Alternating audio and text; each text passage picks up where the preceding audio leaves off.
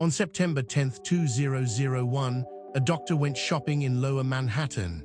She bought linens, shoes, and a lamp. She spoke to her mother about future plans. Then she walked out of a store and into a void. The next morning, the sky fell, and her disappearance became forever tangled with history's most infamous attack. Did she perish as a hero, or did she simply vanish? The morning of September 11, 2001, in New York began with skies so clear and blue it felt almost perfect. It was a regular Tuesday. People drank their coffee, rode the subway, and settled into their offices. At 8:46 a.m., that normalcy shattered. An airplane struck the North Tower of the World Trade Center. 17 minutes later, a second plane hit the South Tower. Chaos, panic, and unimaginable loss descended upon the city. In the midst of this national trauma, thousands of families began the agonizing search for loved ones.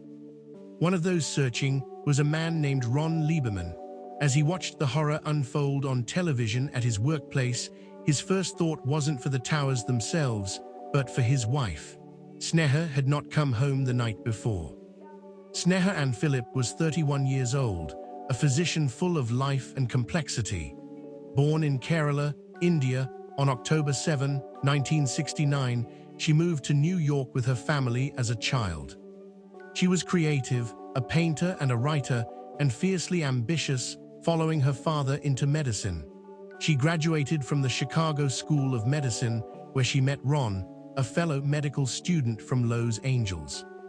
They bonded over shared creativity. She painted, he played guitar. They graduated together in 1999, moved to New York for their residencies, and married in a blend of Jewish and Indian traditions in the year 2000. Their apartment was in Battery Park City, a mere 7-minute walk from the World Trade Center. By all accounts, they were a happy, young professional couple building their life together. But the day before the attacks, Monday, September 10th, tells a more complicated story. Sneha was not scheduled to work. Her plan was to clean the apartment, as her cousin was coming for dinner later in the week. Ron left for work around 11 a.m. Sneha spent 2 hours on the phone with her mother from 2 p.m. to 4 p.m. They talked about everything: night outs, parties, future plans. Sneha mentioned that a friend was considering booking the Windows on the World restaurant for a wedding, and that she might go check it out with her.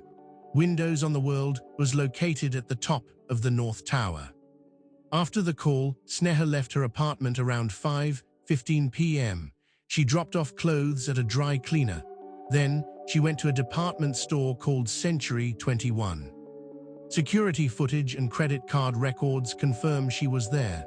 Using Ron's American Express card, she made several purchases: a lace tablecloth, a set of pillowcases, a bed lamp, and 3 pairs of shoes.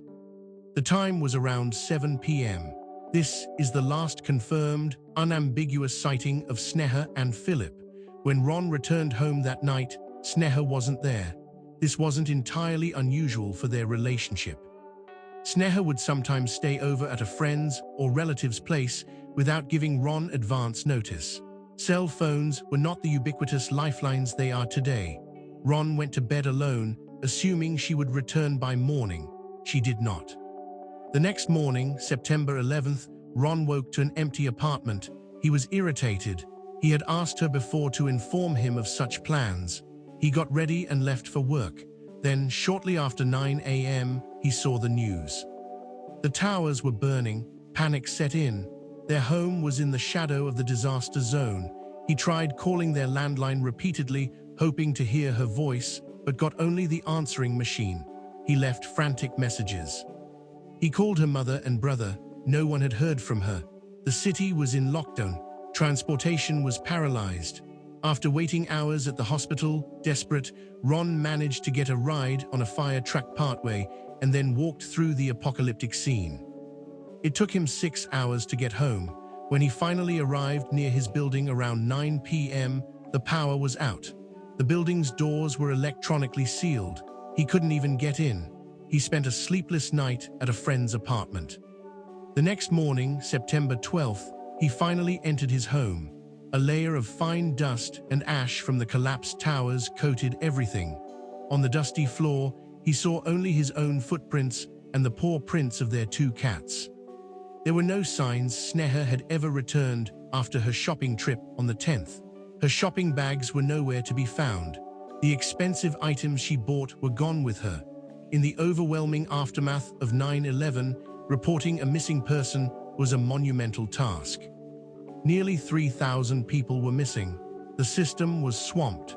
Sneha's case was not initially linked to the attacks because her disappearance began a day earlier. Her family plastered the city with missing person flyers. A theory emerged within the family. Perhaps Sneha, a doctor, had seen the attacks, rushed to ground zero to help the victims, and perished in the collapse. It was a noble, heartbreaking idea, but there was no evidence. In their desperation to get attention for her case, the family made a critical mistake. Sneha's brother, John, spoke to the press. He embellished the story. He told reporters that Sneha had called him from near the World Trade Center on the morning of 9/11. He claimed he urged her to run, but she refused, saying she had to help the injured.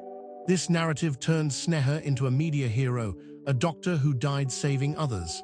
The story spread, but it was fabricated. John later admitted this was a lie born of desperation to have her case taken seriously. The damage was done. It focused the official search almost exclusively on Ground Zero, a place where no proof of her presence existed. As days turned to weeks with no progress, Ron took the investigation into his own hands. He knew if Sneha had been at the towers, she was likely gone, but if her disappearance was separate, there might be a chance. He retraced her steps. He learned from American Express about the Century 21 purchases. He visited the store, which was temporarily closed, and put up posters. A breakthrough seemed to come. A female sales clerk from Century 21 contacted Ron. She said she saw Sneha shopping on the evening of the 10th, but she was certain Sneha was not alone. She was with another woman who also appeared to be of Indian descent. This was new. Who was this woman? Ron sought the store's security footage. After a struggle, he obtained it. The footage showed Sneha shopping, but it showed her shopping alone. There was no other woman with her. The clerk remained adamant about what she saw, creating an enduring, unexplained discrepancy. The investigation also revealed strange details about the early hours of September 11th. Phone records showed that at 4:00 a.m., a call was placed from Ron and Sneha's apartment landline to Ron's own cell phone. If Ron was alone and asleep, who made that call? Ron's explanation was that he might have been sleepwalking or checking messages and accidentally dialed his own number. It was plausible, but odd. Then there was the elevator footage from their apartment building. At 8:43 a.m. on September 11th, just 3 minutes before the first plane hit, a woman entered the building lobby. She walked toward the elevator, paused for a moment, then turned and walked back out without ever getting on. The woman's build, hairstyle, and clothing resembled Sneha's. However, the video quality was poor due to sunlight glare in the lobby, making positive identification impossible. The NYPD later stated they believed it was Sneha. But if it was her, where were the shopping bags from the night before? She was carrying nothing. These were the fragments of evidence: a credit card receipt, a grainy video, a disputed witness statement, and a mysterious phone call. They pointed in no clear direction. To understand the possible why, one had to look at Sneha's life in the months leading up to that September, and that picture was far from simple. Her life was unraveling. Sneha had recently been let go from her residency at Cabrini Medical Center. The reasons cited were unprofessionalism and issues with alcohol. Just days before her disappearance, she had been arrested. She had previously filed a criminal complaint against a colleague, alleging he had groped her during a night out. When the investigation found insufficient evidence, the complaint was dropped. Instead, Sneha was charged with filing a false report. On the morning of September 10th, she and Ron had gone to court to plead not guilty to that charge. Police reports noted they had a fierce argument outside the courtroom that day. The police investigation into her disappearance began to focus heavily on this personal turmoil. Detectives floated theories. Perhaps Sneha was bisexual or lesbian and frequented gay bars. Perhaps she was having affairs. There was even an unsubstantiated claim that she was involved with her brother John's girlfriend. The police theory was that Sneha was a troubled woman who used the chaos of 9/11 as a perfect cover to disappear and start a new life, fleeing her professional and marital problems. Her family fiercely rejected this characterization. They argued her professional troubles were rooted in racial and sexual bias at her workplace. They said her visits to lesbian bars were a choice for safety after her alleged groping, a place where she wouldn't be harassed by men. Ron stated she always told him when she was making new female friends, often artists like herself, and would tell him if she was staying over. He saw no evidence of secret infidelity. John publicly denied ever suggesting his sister was involved with his girlfriend, so the stage was set with two competing narratives. One, a heroic doctor died in the 9/11 attacks, her body lost among the rubble. Two, a woman in crisis staged her own disappearance, using a national tragedy as her escape route. For years, Sneha's status swung back and forth. Her name was added to and removed from official lists of 9/11 victims. The legal battle lasted for years. Finally, on January 31, 2008, the New York State Appeals Court ruled.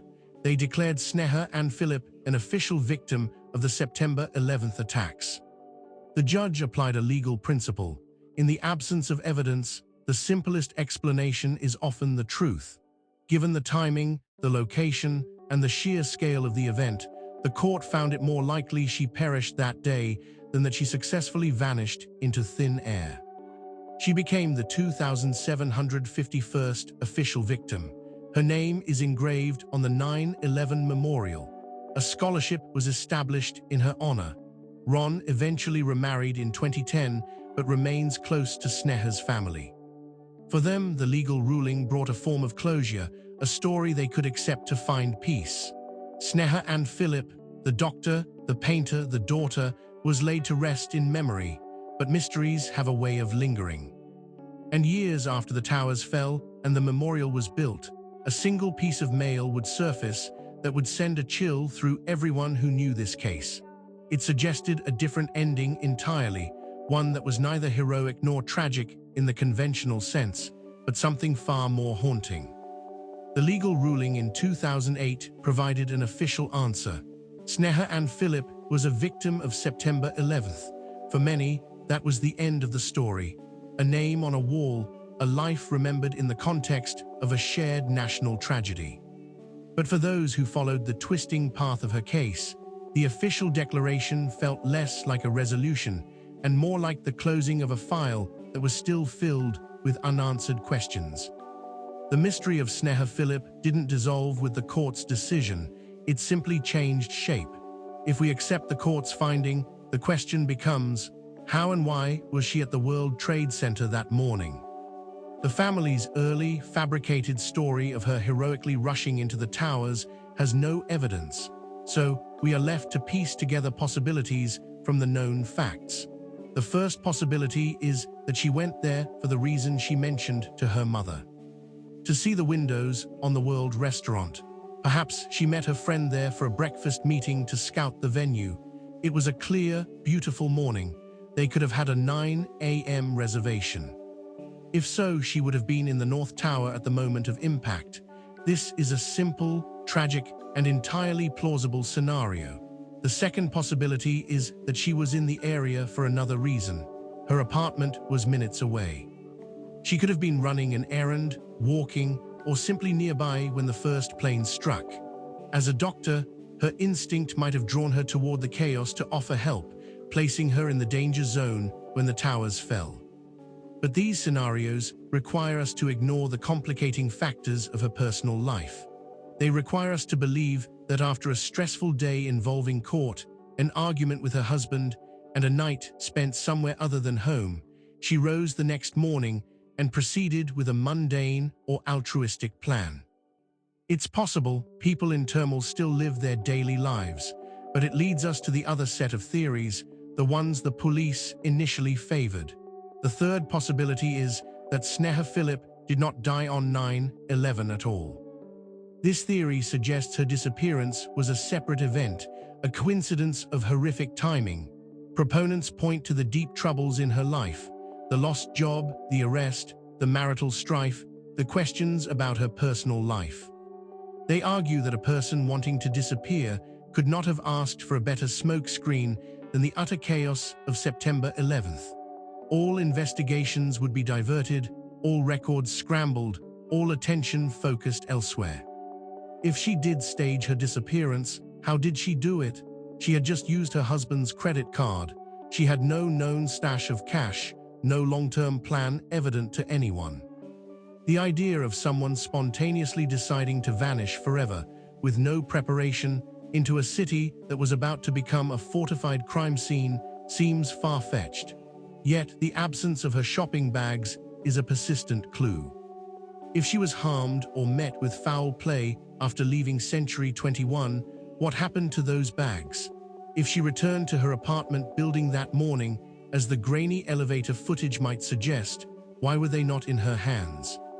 Their complete disappearance suggests they were disposed of or taken somewhere between the store and any potential final destination. Then there is the question of the other woman. The Century 21 clerk was so certain. If Sneha was planning a new life, could this woman have been an accomplice, a friend helping her, or was it, as some have darkly speculated, a person who meant her harm?